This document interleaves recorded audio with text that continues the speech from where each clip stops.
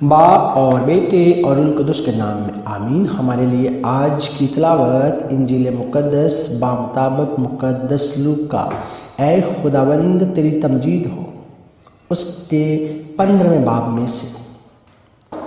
تب سب محسن اور گنہگار اس کے پاس آئے تھے تاکہ اس کی سنیں، اور فریسی اور فقی یوں کہتے ہوئے اعتراض کرتے تھے کہ یہ گنہگاروں سے ملتا اور ان کے ساتھ کھانا کھاتا ہے۔ تب اس نے ان سے یہ تمثیل کہی۔ پھر اس نے کہا، کسی شخص کے 2 بیٹے تھے۔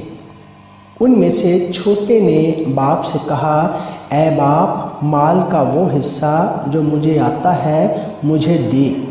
اس نے مال انہیں بانٹ دیا، اور بہت دن نہ گزرے تھے کہ چھوٹا بیٹا سب کچھ جمع کر کے دور دراز ملک کو روانہ ہوا، اور وہاں اس نے اپنا مال عباشی میں اڑا دیا۔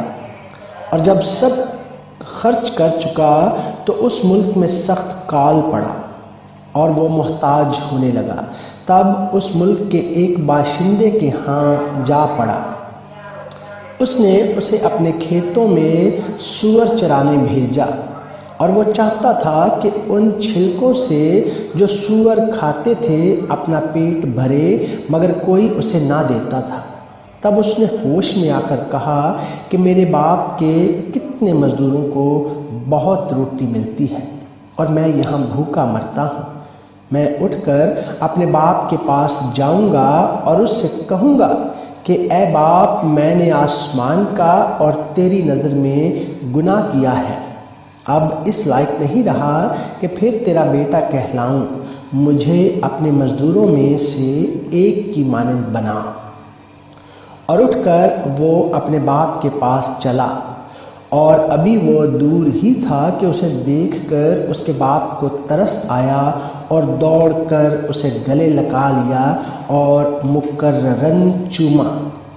بیٹے نے اس سے کہا کہ اے باپ، میں نے آسمان کا اور تیری نظر میں گناہ کیا ہے، اور اب اس لائق نہیں رہا کہ پھر تیرا بیٹا کہلاؤں۔ مگر باپ نے اپنے غلاموں سے کہا کہ جلدی سے اچھی پوشاک نکال لاؤ اور اسے پہناؤ، اور اس کے ہاتھ میں انگوٹھی اور پاؤں میں جوتی پہناؤ، اور پلے ہوئے بچڑے کو لا کر ذبح کرو کہ ہم کھائیں اور خوشی منائیں، کیونکہ میرا یہ بیٹا مردہ تھا، اب زندہ ہو گیا ہے، کھو گیا تھا، اب ملا ہے۔ پس وہ خوشی کرنے لگے۔ اور اس کا بڑا بیٹا کھیت میں تھا۔ جب وہ گھر کے نزدیک آیا تو راگ اور ناچ کی آواز سنی۔ تب ایک غلام کو بلا کر پوچھا کہ یہ کیا ہے؟ اس نے اس سے کہا، تیرا بھائی آیا ہے، اور تیرے باپ نے پلا ہوا بچڑا ذبح کیا ہے، اس لیے کہ اسے صحیح سلامت پایا۔ اس نے خفا ہو کر نہ چاہا کہ اندر جائے، مگر اس کا باپ باہر آ کر اسے منانے لگا۔ اس نے جواب میں اپنے باپ سے کہا، دیکھ، اتنے برسوں سے میں تیری خدمت کرتا رہا اور کبھی تیرے حکم کے خلاف نہ چلا، مگر تو نے کبھی ایک بکری کا بچہ بھی مجھے نہ دیا کہ میں اپنے دوستوں کے ساتھ خوشی مناؤں۔ مگر جب تیرا یہ بیٹا آیا جس نے اپنا مال کسبیوں پر اڑایا، تو نے اس کے لیے پلا ہوا بچڑا ذبح کیا۔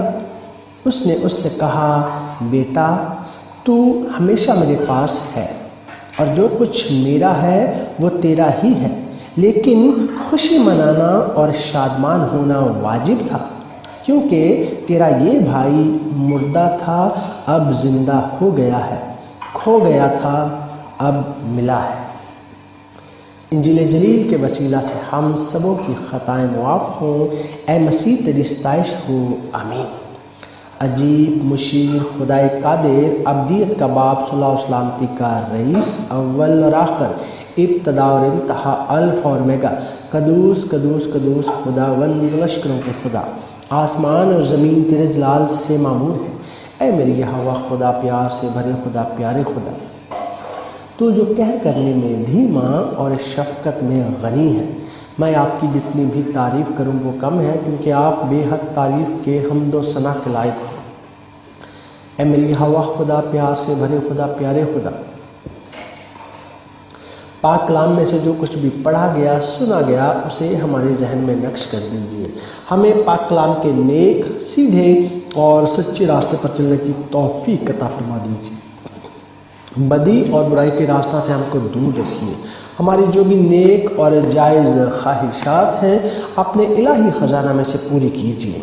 ہر دم ہر لمحہ ہماری حفاظت فرمائیے۔ یہ سب کچھ مانگتا ہوں تیرے بیٹے اپنے خداوند یسوع المسیح کے وسیلہ سے، آمین۔